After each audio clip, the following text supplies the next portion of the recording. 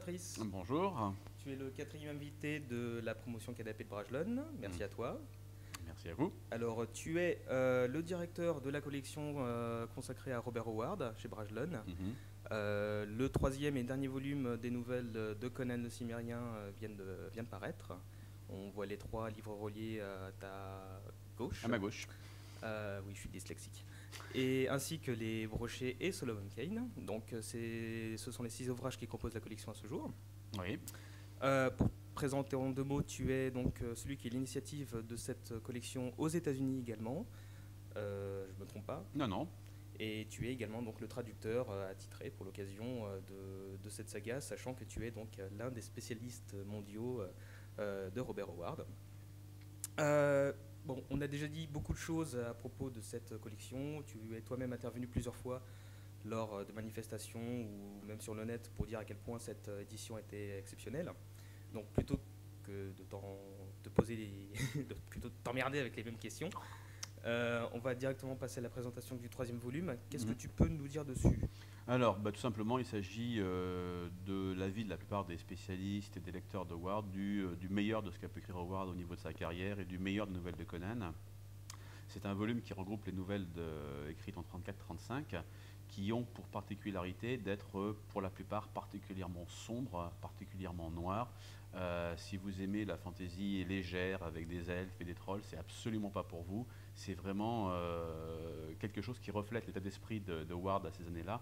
Il faut savoir qu'il s'est suicidé moins d'un an après avoir complété la dernière nouvelle de Conan, donc ce qui nous fait un ouvrage particulièrement noir et qui va conclure cette série sur une note qu'on peut qualifier d'apocalyptique. Le troisième ouvrage donc s'appelle Les Clous Rouges, du nom d'une des nouvelles dont est composé le livre. Mhm. Il y en a trois de mémoire, quatre. Nouvelle, il y Oui, en a, je crois, 4 ou 5. d'accord. Ma mémoire me fait 4. Et Les Clous Rouges, et qu'on entend très souvent cette nouvelle-là comme une des références parmi les nouvelles de Ward. Oui, Je crois même qu'il y a une adaptation en animation en qui est animation, en oui, cours. qui est en cours, qui vivote depuis 2 3 ans. On ne sait pas si elle va voir le jour. Et donc, comment expliques-tu ce phénomène autour de cette nouvelle-là en particulier? Alors, cette nouvelle, c'est d'abord la dernière nouvelle de Conan, la dernière nouvelle que Howard ait jamais écrite sur son personnage. Donc, c'est vrai qu'elle est assez spéciale rien que pour ça. Elle est assez longue. Et c'est une nouvelle qui résume beaucoup de choses quant aux idées qu'Howard avait sur son thème fétiche qui était barbarie et civilisation. Et là, en fait, il va confronter Conan et un personnage féminin qui est un personnage intéressant. Dans les nouvelles de Conan, on a très souvent, parfois un peu trop, des personnages féminins assez insipides, pour être gentil. Là, c'est vraiment, la compagne de Conan dans cette nouvelle est un personnage qui est très très fort. Et ils arrivent tous les deux dans une mystérieuse cité perdue au sein de l'âge ivorien. Et là, ils sont confrontés à une civilisation qui est totalement décadente, dans laquelle les gens sont totalement enfermés dans les murs de leur ville. Et ils vont assister, en fait, au dernier jour de cette civilisation qui va s'écrouler sur elle-même, dans lequel tous les gens vont s'entretuer au sein d'un univers complètement clos. C'est une nouvelle claustrophobique qui est vraiment terrifiante et qui marche, et qui est, à mon sens, la meilleure nouvelle de la carrière de Howard.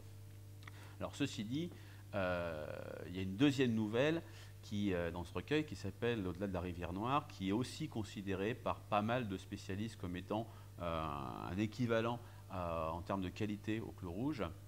Et Au-delà de la rivière Noire, c'est une nouvelle dans laquelle il n'y a aucun personnage féminin.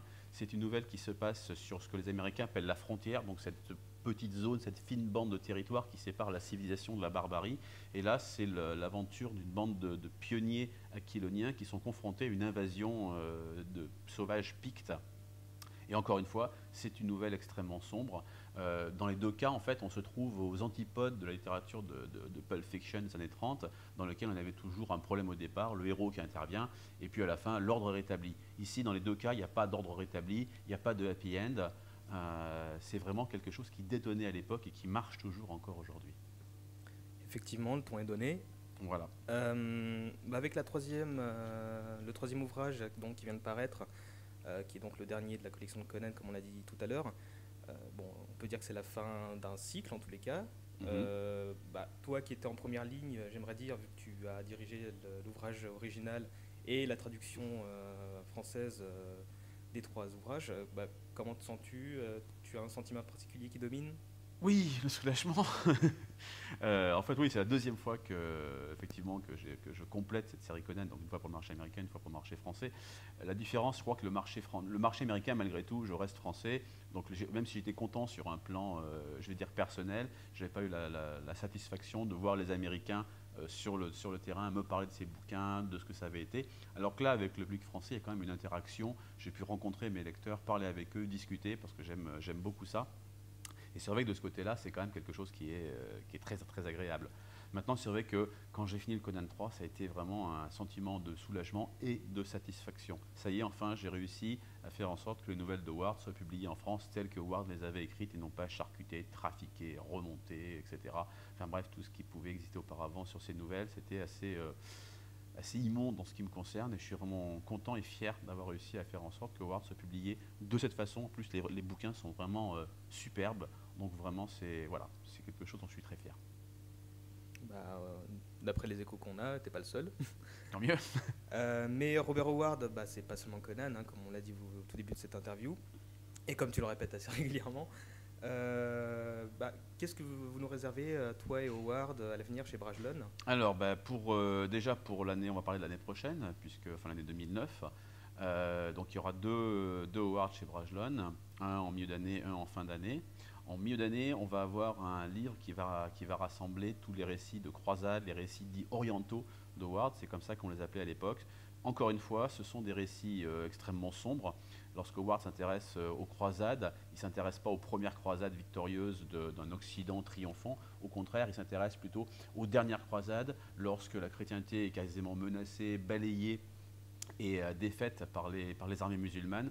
Ce sont des récits d'une noirceur incroyable, dans lequel à nouveau il n'y a pas vraiment grand monde qui sort grandi ou vivant de ces nouvelles. Il n'y a pas un personnage pour rattraper l'autre, et la plupart meurent à la fin.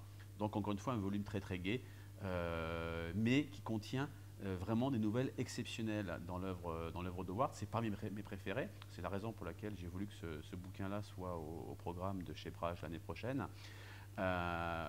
Pour beaucoup de gens, l'ancêtre de Conan, c'est Kull, le roi barbare. Pour moi, les nouvelles qui annoncent le plus Conan, ce sont ces récits historiques. C'est dans ces récits qu'on va trouver le souffle, on va retrouver l'épopée, on va retrouver ces personnages perdus, à part, isolés, exilés. C'est vraiment là qu'on va retrouver ce qui va plus tard donner naissance à l'âge ivoirien. Ça, c'est pour le premier bouquin. Et le deuxième, c'est un ouvrage qui fera plaisir à pas mal de gens, je pense. C'est Bran Mak Morn. Donc Bran Mak Morn est une création de Howard, et c'est un personnage totalement différent, puis c'est pas un grand barbare musclé, au contraire il est tout petit, c'est un guerrier picte qui se bat contre l'invasion romaine, et il doit faire face à deux choses, donc d'une part à son ennemi qui est la Rome impériale, et deuxièmement à la déchéance de son propre peuple qui est en train de tomber dans l'oubli, et qu'il essaye de tirer de la sauvagerie et de l'oubli.